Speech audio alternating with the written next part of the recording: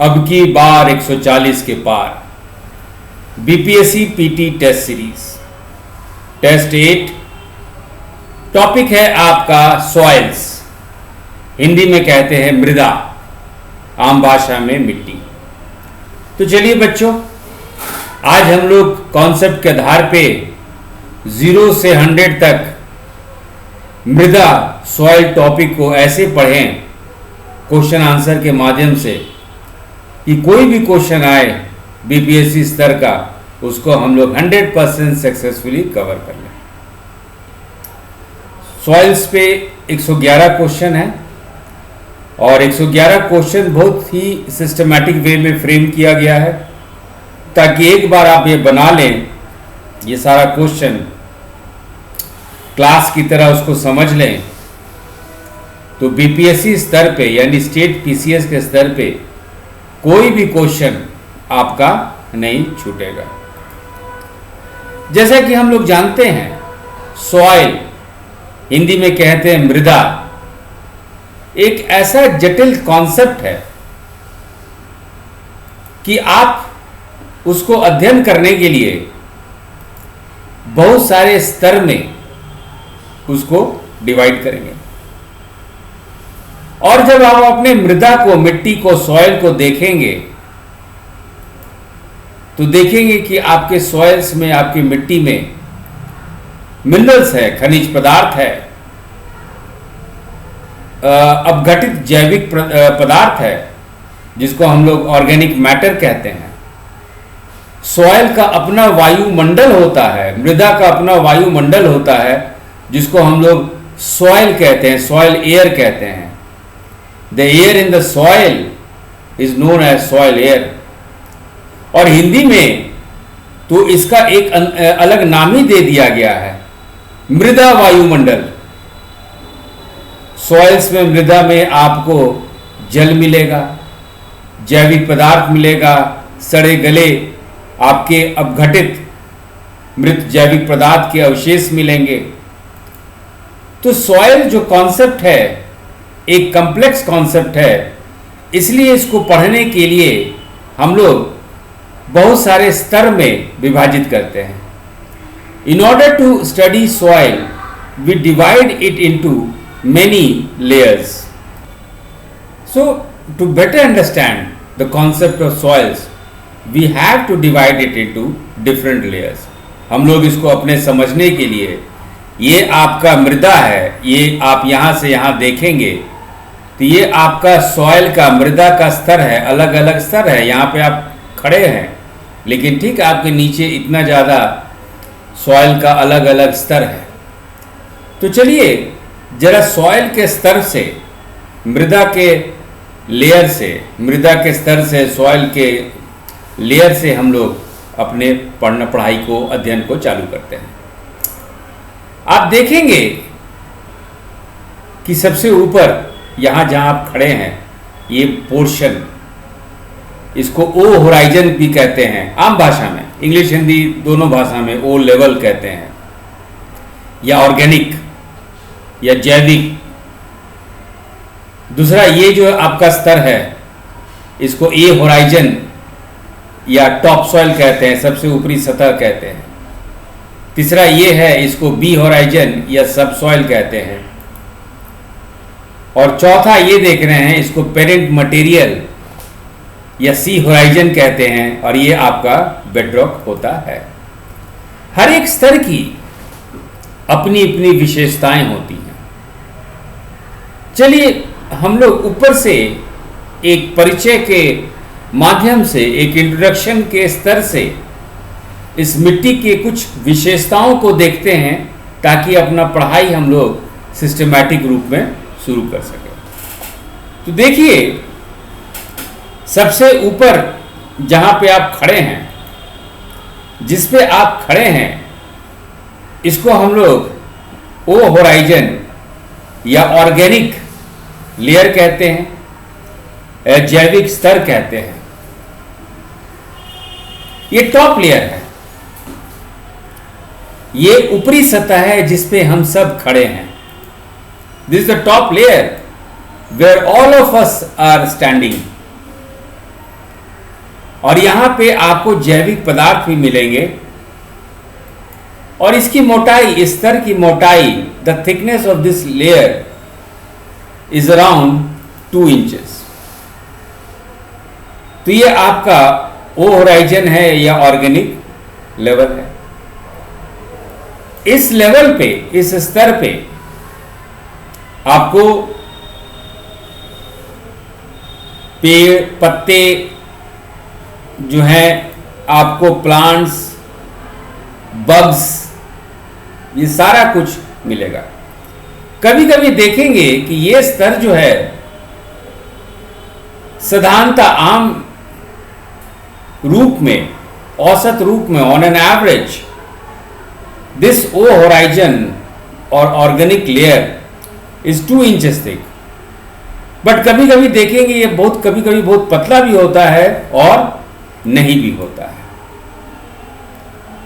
इसके बाद जो स्तर आता है इसको हम लोग कहते हैं ए होराइजन या टॉप सॉइल। तो चलिए अब हम लोग ए होराइजन या टॉप सॉइल के बारे में बात करते हैं। ए होराइजन और टॉप सॉइल की जब बात करें तो इसमें हम लोग को यह बताना है, यह जानना बहुत जरूरी है कि जब हम लोग ए होराइजन या टॉप सॉइल या दूसरे स्तर की बात करते हैं, यहां पे हम लोग को मृत जैविक पदार्थ इस स्तर में मिलता है। जब मृत जैविक पदार्थ अपघटित हो जाती है, सड़ने गलने लगती है और उसके बाद जो उसका अंतिम उत्पाद प्राप्त होता है वो हम लोग को इसी लेवल पे मिलता है। In English, we can say that when we come to study a horizon or top soil, we will see that it consists of organic matter. This organic matter are decomposed material, and this organic matter and decomposed material they are known as humus. हम लोग हिंदी में जो मृत जैविक पदार्थ हैं या decomposed material है वो ह्यूमस कहलाता है। एंड दिस ह्यूमस, ये जो ह्यूमस है, जैविक पदार्थ है, इसी के कारण इस स्तर में बीज अंकुरित होती है। The seeds germinate in this layer only because of the humus present. और ह्यूमस होने से क्या होता है कि बहुत सारा living organisms like earthworm, fungi you will find in this layer. The layer is porous. आप देख रहे हैं ये पोरस छेद है, हवा जा सकती है, पानी जा सकती है।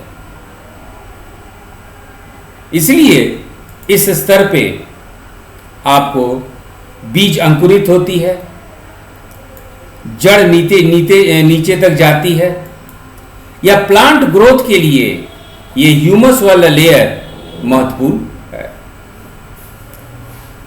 अब हम लोग तीसरा लेयर चलते हैं। ये लेयर जिसको हम लोग सब सॉइल कहते हैं या बी होराइजन कहते हैं। ये जो स्तर है ये थोड़ा सा सख्त है, सॉलिड है, इसीलिए बहुत बड़े बड़े पेड़, बहुत लंबे पेड़ की जड़ें यहां तक पहुंचती हैं।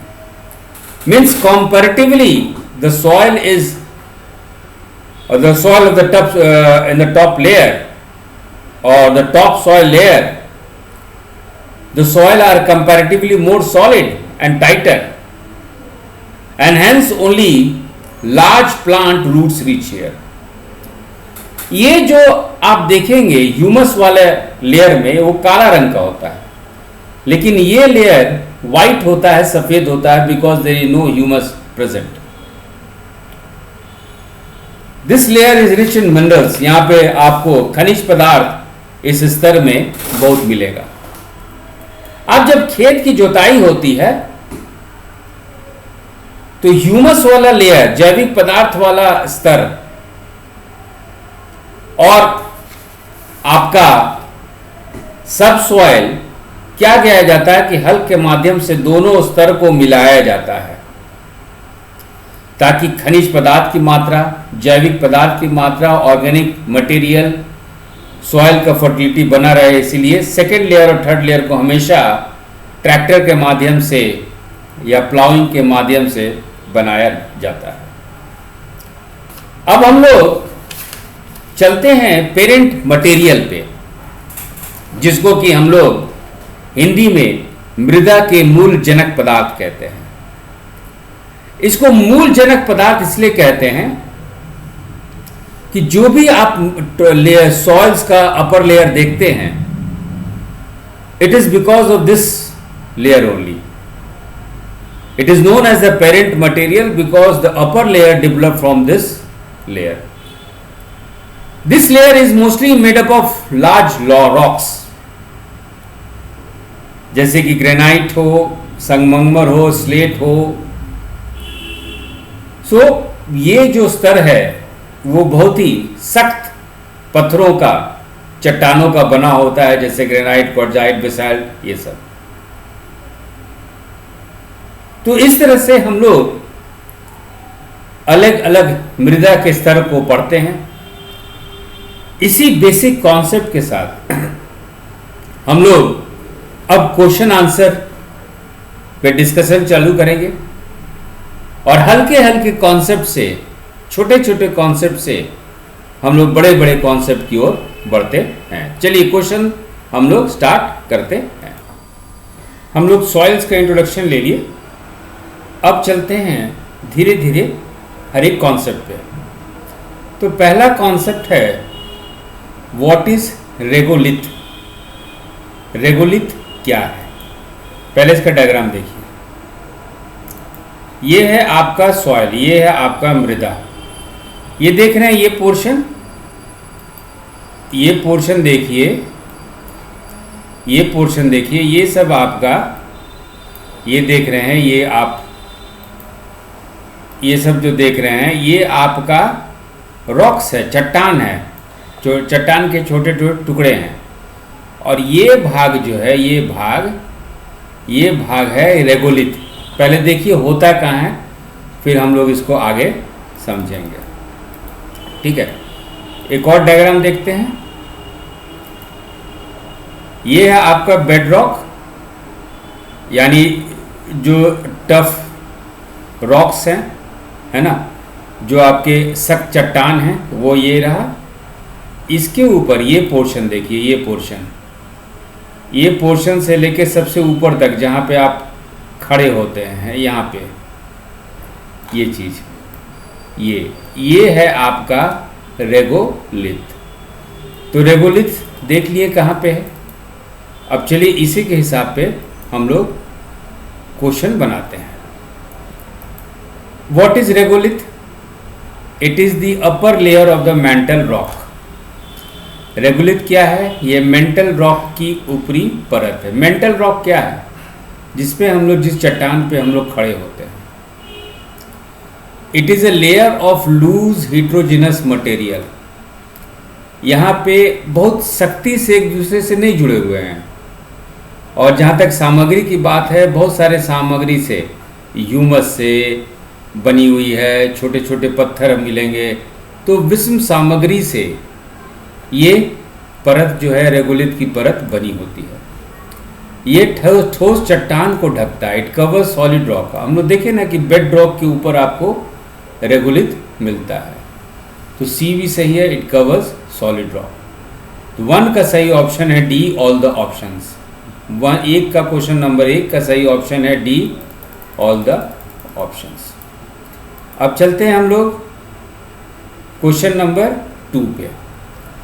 अब सवाल उठता है कि व्हाट इज सॉइल? ये मृदा है क्या?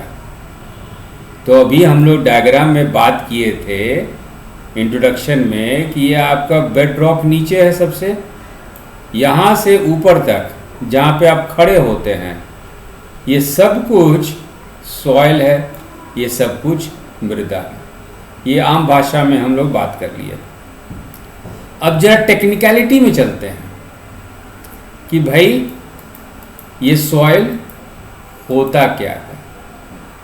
तो what is soil? It is a loose material or the upper layer of the mantle rock. भाई बेड रॉक के ऊपर, बेड रॉक किस पे है? मैंटल पे। उसी के छोटे छोटे टुकड़े जो हैं आपके बेड रॉक बनाते हैं, है ना। तो ये बेड रॉक के ऊपर एक हल्की सी जुड़ी हुई लूज मटेरियल का ऊपरी सतह है, ठीक है भाई। It consist of very small particles and humus. इसमें छोटे छोटे कण मिलेंगे हम लोग को, स्मॉल पार्टिकल्स मिलेंगे और ह्यूमस मिलेंगे, यानी डीकम्पोज्ड डेड मटेरियल, अपघटित जैविक पदार्थ। बी भी सही है। It supports the growth of plant. चूँकि इसमें पानी है, आपको वायु है, एयर है, आपको उर्वरक मटेरियल है, तो ऑब्वियसली प्लांट ग्रो करेगा ही। It supports the growth of plants. तो 2 का सही ऑप्शन है डी, ऑल द ऑप्शंस। मृदा क्या है? ये ढीली सामग्री या मेंटल रॉक की ऊपरी परत है, सही है भाई। इसमें बहुत छोटे कण और ह्यूमस होते हैं, ये भी सही है। ये पौधे की विकास का समर्थन करता है। तो 2 का सही ऑप्शन है डी, 2 का सही ऑप्शन है डी। चलिए question number 3।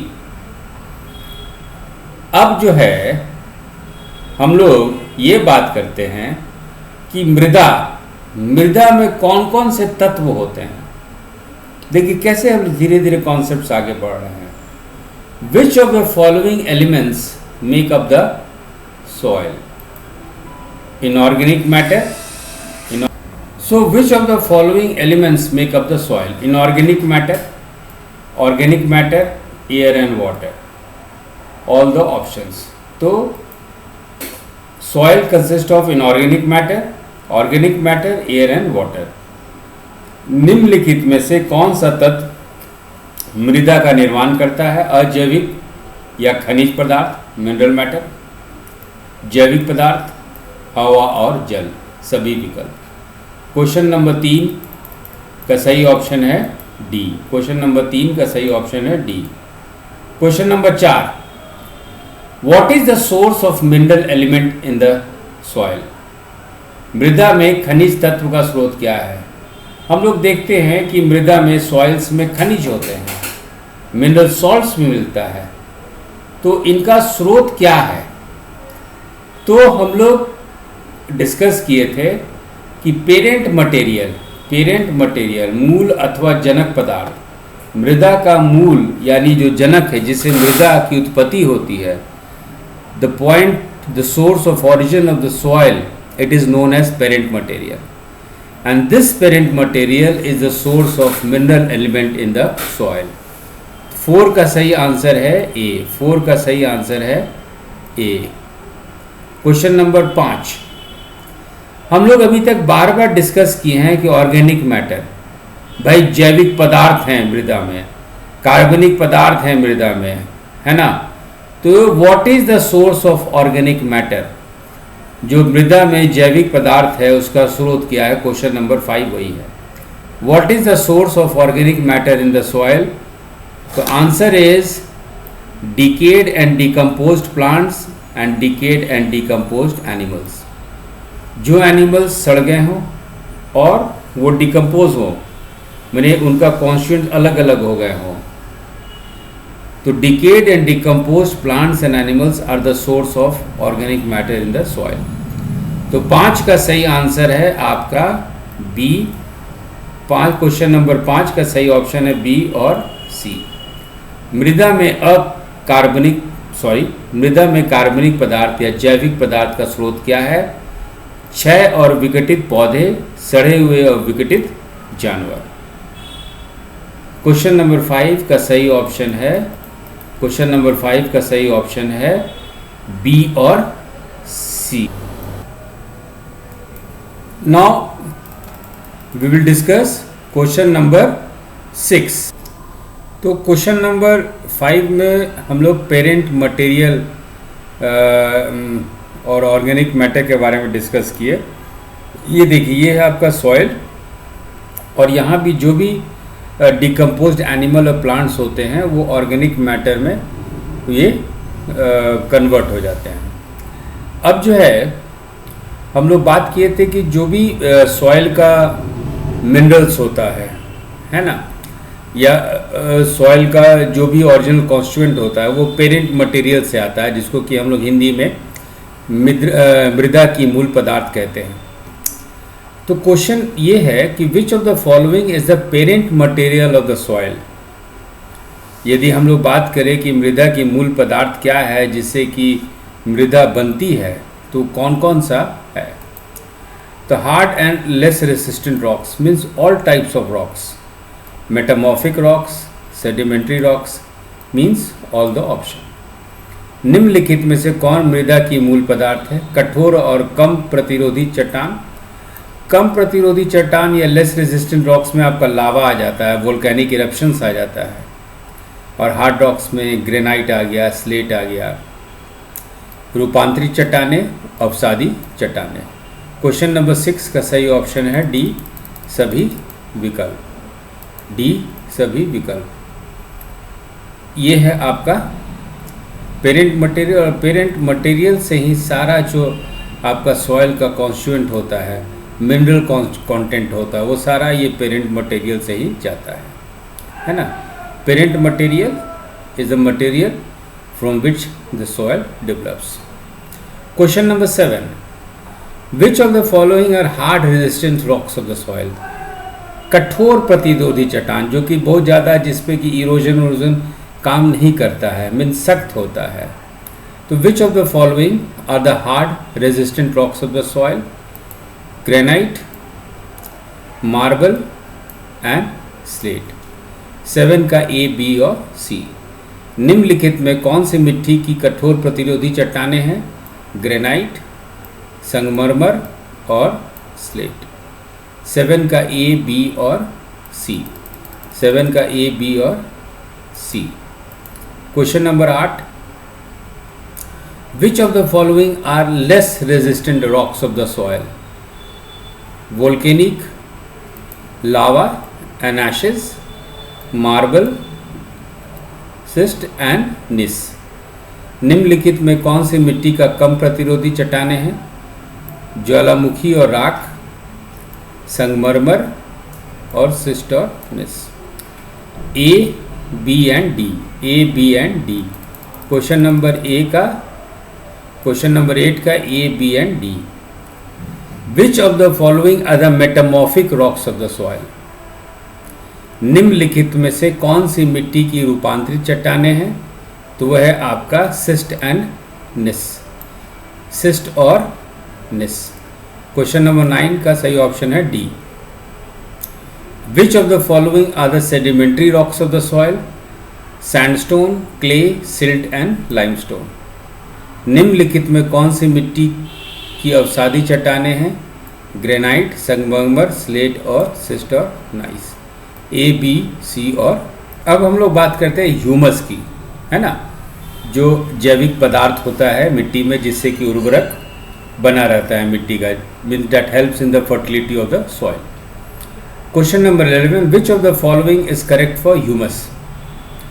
It is the end product of the breakdown of dead organic matter. कोई भी डेड प्लांट हो, डेड एनिमल हो, उसको जब वो डिकम्पोज होता है तो उसका जो रिमेन्स होता है वही ह्यूमस कहलाता है। It is structureless and less brown and dark brown. Very sorry, it is structureless and dark brown. होता क्या है, कोई स्ट्रक्चर, ह्यूमस का कोई स्ट्रक्चर नहीं है कि वो छोटा है, पतला है, महीन है, कन है, ऐसा कुछ नहीं है। और उसके रहने से मिट्टी का जो कलर होता है, सॉइल का जो कलर होता है वो डार्क ब्राउन हो जाता है। बी भी सही। It is structureless and black jelly.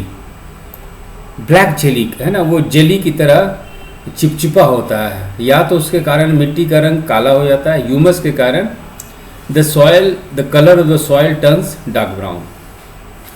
And humus by itself is jelly like, चिपचिपा। सो 11 का सही ऑप्शन है डी। ह्यूमस के लिए निम्नलिखित में से कौन सा सही है। ये मृत जैविक पदार्थ के अपघटन का अंतिम उत्पाद है, ये सही है। ये संरचना रहित और गहरे भूरे रंग का होता है, ये भी सही है। ये संरचनाहीन और काला तथा चिपचिपा होता है, ये भी सही है। 11 का सही ऑप्शन है डी। 11 का सही ऑप्शन है डी, ऑल द ऑप्शन, सभी विकल्प। Question number 12, which of the following is correct for humus? It is found with in the soil surface. Humus आपको टॉप सॉइल में नहीं मिलेगा, लेकिन जो टॉप सॉइल के नीचे के स्तर में यू विल फाइंड ह्यूमस, सो ये सही है। It helps in the maintenance of soil fertility.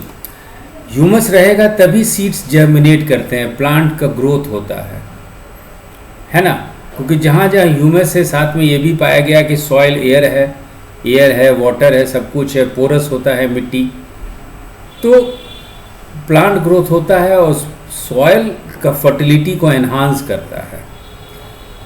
It is responsible for making the top soil darker then the sub soil. Obviously humus जहाँ भी रहेगा सॉइल का कलर डार्क ब्राउन हो जाता है, और जहाँ ह्यूमस नहीं रहा तो सॉइल कलर वाइट हो जाता है। सी इज़ करेक्ट। 12 का सही ऑप्शन है डी। ह्यूमस के लिए निम्नलिखित में से कौन सा सही है? ये मिट्टी की सतह के भीतर पाया जाता है, ये सही है। ये मिट्टी की उर्वरकता को बनाए रखने में मदद करता है, ये भी सही है। साधारण मृदा में पाए जाने वाले ह्यूमस का रंग काला होता है, जिसके कारण मृदा उप मृदा से अधिक गाढ़े रंग की होती है, ये भी सही है। तो 12 का है सही ऑप्शन डी, सभी विकल्प, all the options. Question number 30, अब हम लोग सॉइल टेक्सचर की बात करें, मृदा संरचना। अब ये देखिए, इसको देखिए, ये देखिए थोड़ा सा महीन है, थोड़ा सा मोटा मोटा है, तो महीन है कि मोटा है कि चिपचिपा है। तो जब हम लोग मिट्टी को इस संदर्भ में डिस्क्राइब करते हैं, इस कॉन्टेक्स्ट में सॉइल को डिस्क्राइब करते हैं, तो हम लोग बात करते हैं सॉइल टेक्सचर की, हिंदी में बोलते हैं मृदा संरचना। तो मृदा संरचना क्या होता है कि ये जो इसमें जो कण है या क्या बहुत जो पार्टिकल्स है बहुत छोटे हैं, कम हैं, महीन हैं, फाइन हैं, मोटे हैं या मोटे मोटे दाना हैं, जब इस तरह से डिस्क्राइब करते हैं तो we are talking about soil texture या मृदा संरचना। Question number 13, in terms of soil texture which of the following soil is termed as fine? जब सॉइल को फाइन तभी कहते हैं, है ना, जब वो बहुत महीन हो, और clayey soil is known as fine soil. मृदा संरचना के संदर्भ में निम्नलिखित में से किस मिट्टी को बारीक या महीन कहा जाता है? चिकनी मिट्टी को बारीक या महीन कहा जाता है। 13 का है ए।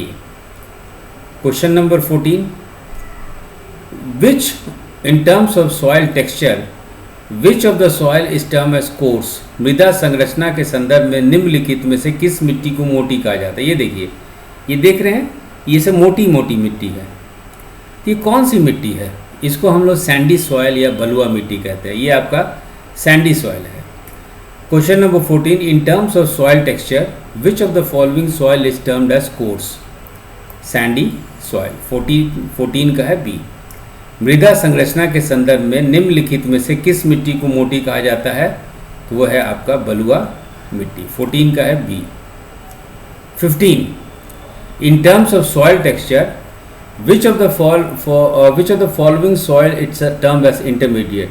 यदि हम लोग मृदा संरचना की बात करें तो कुछ मिट्टी ऐसी होती है जो कि ना ही महीन है ना ही मोटी है, neither is fine nor it is course, तो उसको बीच का जो होता है उसको लोग इंटरमीडिएट कहते हैं या माध्यमिक कहते हैं। जैसे ये देखिए, ये ना महीन है ना मोटा है। सिल्ट जो है ना, सिल्ट, उसको हम लोग इंटरमीडिएट सॉइल कहते हैं in terms of soil texture.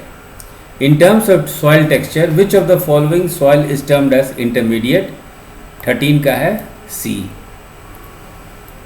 Sorry question number 15 का सही ऑप्शन है सी। क्वेश्चन नंबर माफ कीजिएगा, question number 15, the correct option is silt intermediate soil texture. मृदा संरचना के आधार पे माध्यमिक मिट्टी आपका सिल्ट है। 15 का है सी। 15 का है सी। अब हम लोग बात करते हैं, हम लोग 3 सॉइल देखे, Sandy soil, clayey soil and you have silt. चिकनी मिट्टी, बलुआ मिट्टी, सिल्ट, हम लोग 3 तरह की मिट्टी देखे। इसकी संरचना को देखें।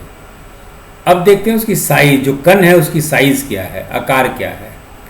Question number 16, what is the size of individual grains in sandy soil, diameter between 0.05 and 0.2 millimetre.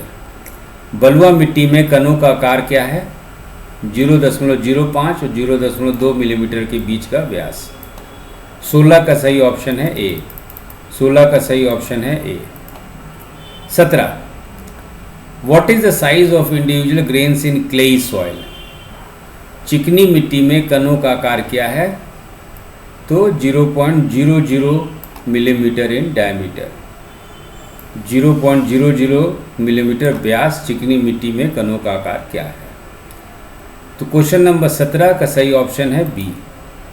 Question number 18, what is the size of individual grains in silty soil.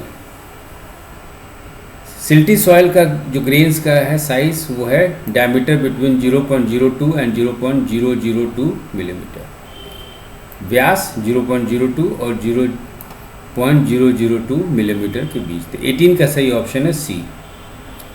अब एक और कॉन्सेप्ट की बात करें। अब हम लोग मृदा संरचना की बात कर लिए, है ना। अब हम लोग सॉइल स्ट्रक्चर, अभी हम लोग बात किए हैं आपका इस क्वेश्चन से हम लोग बात किए सॉइल टेक्सचर। सॉइल टेक्सचर यानी मृदा संरचना। अब हम लोग सॉइल स्ट्रक्चर की बात करते हैं, है ना। सॉइल स्ट्रक्चर को कह लीजिए हिंदी में कि मृदा के कणों की व्यवस्था। जैसे ये देखिए, क्लेई सॉइल कहाँ है, सॉल्टी सॉइल कहाँ है, सिल्ट कहाँ है, चिकनी मिट्टी कहाँ है। इस तरह से स्ट्रक्चर जो स्तर बाय स्तर हम लोग देख रहे हैं, इसी को हम लोग सॉइल स्ट्रक्चर कहते हैं। Question number 19, the way in which sand, silt, clay and humus bond together to form beds is known as soil structure. 19 का ए। मृदा की कणों की व्यवस्था, क्रम, बनावट या विन्यास क्या कहलाती है। ये देखिए, ये किस तरह से ये मृदा का अरेंजमेंट है, सॉइल का हर एक लेवल का अरेंजमेंट है। इसको हम लोग कहते हैं मृदा संरचना, सॉइल स्ट्रक्चर। 19 का है A. Question number 20, what is the pH value of neutral soil. निष्क्रिय मृदा का पीएच मान क्या है, तो है 7.2, 7.2। 20 का सही ऑप्शन है A. Question number 21, what is the pH value of acid soil. यदि अम्लीय मिट्टी है तो उसका पीएच मान क्या होगा, लेस देन 7.2 यहाँ तक कि 3 तक। यानी अम्लीय मिट्टी का पीएच मान 3 से लेके 7.2 तक होता है। 21 का सही ऑप्शन है B. 22, what is the pH value of alkaline soil. क्षारीय मिट्टी का पीएच मान क्या है, तो पीएच वैल्यू ऑफ 8 और हाइयर, 8 या उससे अधिक का पीएच मान। 22 का है C. What is the function of soil air. हम लोग देखिए वायुमंडलीय, ये मृदा वायुमंडल की बात करते हैं, यानी सॉइल में जो एयर होता है उसको सॉइल एयर कहते हैं। अब सवाल है what is the function. It helps in the process of oxidation. जो भी एलिमेंट है उसमें ऑक्सीडेशन के लिए, या जो लिविंग क्रीचर है उसको ऑक्सीजन के लिए ऑक्सीजन की ज़रूरत पड़ती है, तो सॉइल एयर का ये फंक्शन है।